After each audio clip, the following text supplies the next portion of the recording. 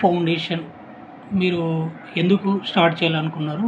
ఏ లక్ష్యాల ఉద్దేశం చేత ఓప్ ఫౌండేషన్‌ను స్టార్ట్ చేసిర్రు? ఏ కార్యక్రమాలు చేస్తున్నారు? నమస్తే అండి.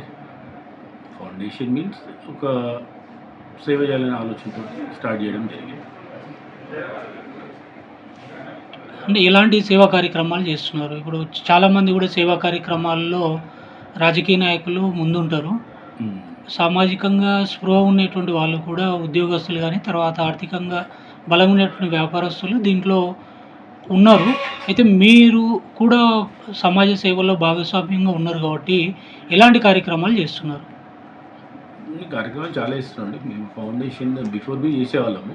2016లో రిజిస్టర్ చేసాము. ఇప్పటికి 10 ఇయర్స్ అవుతుంది. మేము మా వెబ్‌సైట్‌లో అంటే చాలా ఉంటాయి. ప్రతి సంవత్సరం చలివేంద్రాలు, వినాయకుల పంపిణీ, స్పోర్ట్స్ పిల్లలకి, హెల్త్ ఇష్యూస్ ఉంటే మా సపోర్ట్, ఎడ్యుకేషన్‌లో ఎవరైతే బెస్ట్ ఉంటారో, పూర్ ఉంటారో వాళ్ళకి ఇవ్వడము, అన్నదానాలు, స్పోర్ట్స్ ఈవెంట్స్‌కి సపోర్టింగ్. భగవంతుడు ఎంతెంత ఇస్తే అంతంత మేము చేసుకుంటూ వెళ్తున్నాం.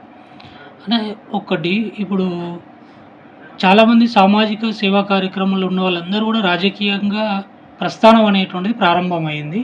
మీ నుంచి మేము అలాంటివి ఏమన్నా ఆశించగలమని అనుకుంటున్నారా మీరు? ప్రస్తుతానికైతే ఇప్పుడు ఏం లేదు. రాజకీయ అవకాశం రావడం అనేది ఒక అదృష్టం. అలాంటి అదృష్టం వస్తే ఏం నో అని అంటే. కానీ ఇప్పుడైతే ఆ ఉద్దేశంతో అయితే ఏం చేయట్లేదు. మీరు చాలామందిని చూస్తున్నారు. యాదవ్స్ అంటే గ్రేటర్ హైదరాబాద్‌లో చాలామంది కూడా ఒక గోల్డ్ ఆభరణాలు అనేటువంటివి ధరించి చాలా వాళ్ళ యొక్క ఉన్నతిని చాటుకుంటున్నట్టుగా కనిపిస్తున్నారు. మీరు ఆ గోల్డ్‌ని ధరించడానికి ఉన్నటువంటి ముఖ్య ఉద్దేశ్యం ఏంది? నేను కొద్దిగా ఇంట్రెస్ట్, ప్యాషన్ అంతే. చాలామంది ధరించాలని చెప్పేసి ఒక కోరిక ఉండే ధరిస్తున్నాం అంతే. కానీ ఒక యాదవ్ కమ్యూనిటీ వాళ్ళు ఇలాగ కనిపిస్తున్నారు. అంటే మిమ్మల్ని చూసి వాళ్ళు ఫాలో అవుతున్నారు. లేకపోతే వాళ్ళని చూసి అలా ఏం మీరు లేదు. కమ్యూనిటీకి సంబంధించినటువంటి సాంప్రదాయం అన్నట్టు ఏం లేదు. ఒక ఫ్యాషన్. ఓకే.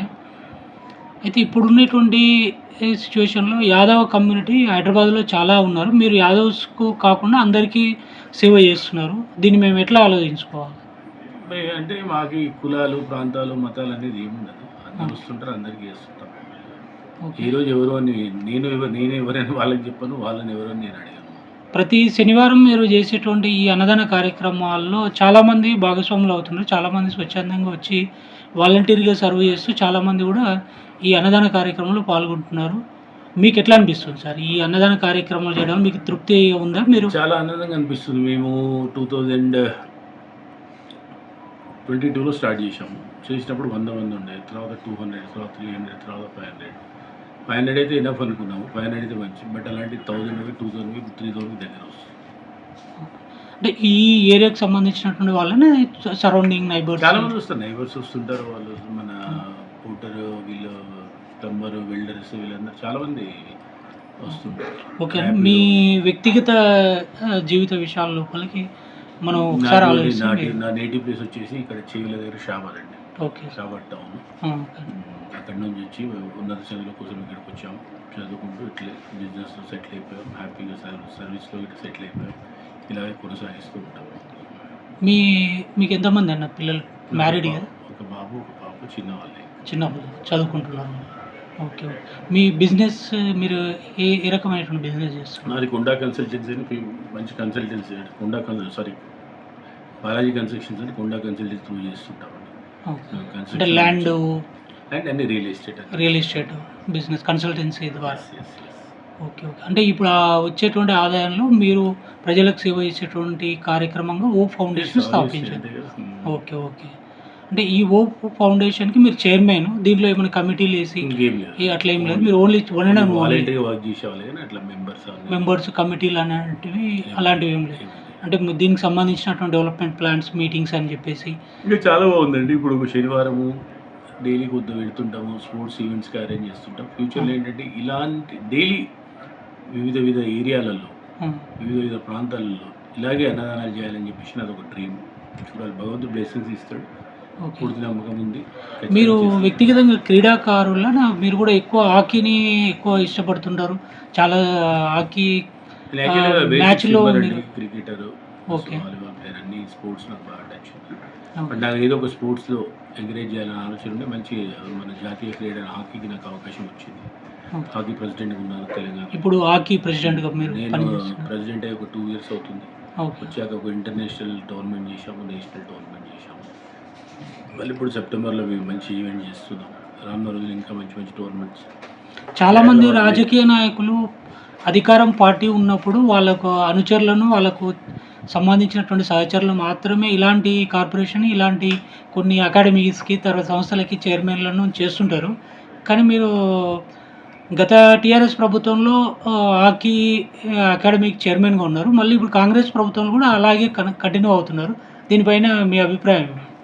ప్రభుత్వాల సపోర్ట్ ఉంటుంది కానీ ఇవన్నీ అటానమస్ అండి. అంటే ప్రభుత్వం సపోర్ట్ తీసుకొని వర్క్ చేస్తాం. బట్ ఏంటి ప్రభుత్వానికి మా పోస్టులకి పెద్ద సంబంధం ఉండదండి. అట్లా అలాంటి రాజకీయాలు అనేటువంటివి ఏం తావలేవు అని చెప్పేసి అంటారు. ఇంకా మీ భవిష్యత్తులో మీ ఎలక్షన్స్ ప్లాన్స్ ఉంటాయి మాకు. ఎలక్షన్స్ ఎలక్షన్స్ ఉంటాయి. అంటే క్రికెట్ బోర్డులో ఉండేటువంటి చైర్మన్ కానీ అక్కడ ఉండేటువంటి వాళ్ళని కూడా రాజకీయంగా పలుకుబడి ఉండేటువంటి వాళ్ళనే పెడుతున్నారు కానీ మరి మిమ్మల్ని కొనసాగించడం అనేటువంటిది మాకు కొద్దిగా నమ్మశక్యం కాకుండా ఉంది. అంటే మాది ఇది ఎలక్టెడ్ అండి, not nominated. Chairman Okay. Nominated, president elected. Olympic భవన్లో ఎలక్షన్స్ అయ్యాయి. Okay. ఎలక్షన్స్లో నేను win ఇప్పుడు ఈ మీరు తెలంగాణ ఆహ్, ఆహ్, ఇంద్రసేనారెడ్డి అతని ఆధ్వర్యం లోపలనే మీరు పనిచేస్తున్నారు. మీ స్పోర్ట్స్ అకాడమీ అనేటువంటిది. సాట్స్ చైర్మన్ శివసేన రెడ్డి గారు శివసేన ఉంటుంది. బట్ వాళ్ళకి 33 స్పోర్ట్స్ ఉంటాయి, మాది హాకీ ఒక స్పోర్ట్స్. వాళ్ళకు రిలేటివ్ కాదు, మీరు సపరేట్ అంటారా? అటానమస్ అంటే టుగెదర్ ముందుకు వెళ్తాము. Okay. బట్ ఫైనలైజేషన్ తెలంగాణ అన్ని స్పోర్ట్స్ విభాగం లోపల చాలా వెనుకబాటుకు గురైంది. తెలంగాణ రాష్ట్రానికి చాలా అంటే కొత్తగా ఏర్పడినటువంటి రాష్ట్రం కాబట్టి స్పోర్ట్స్‌లో డెవలప్‌మెంట్ లేదు. చాలా ఈవెంట్స్‌లో కూడా తెలుగమనేటువంటి క్రీడాకారులు వెనుకబడిపోయినరు. ఎక్కడ తమ యొక్క ఆధిపత్యాన్ని చూయించట్లేదు.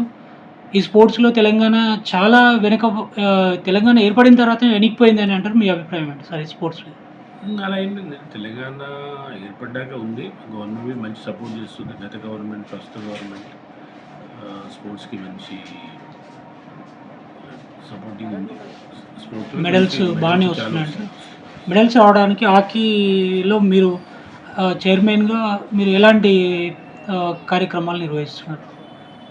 చూడండి, మొన్న మాది బాయ్స్ టీం పూణే వెళ్ళింది. మంచిగా 1, 2, 3 మ్యాచెస్‌తో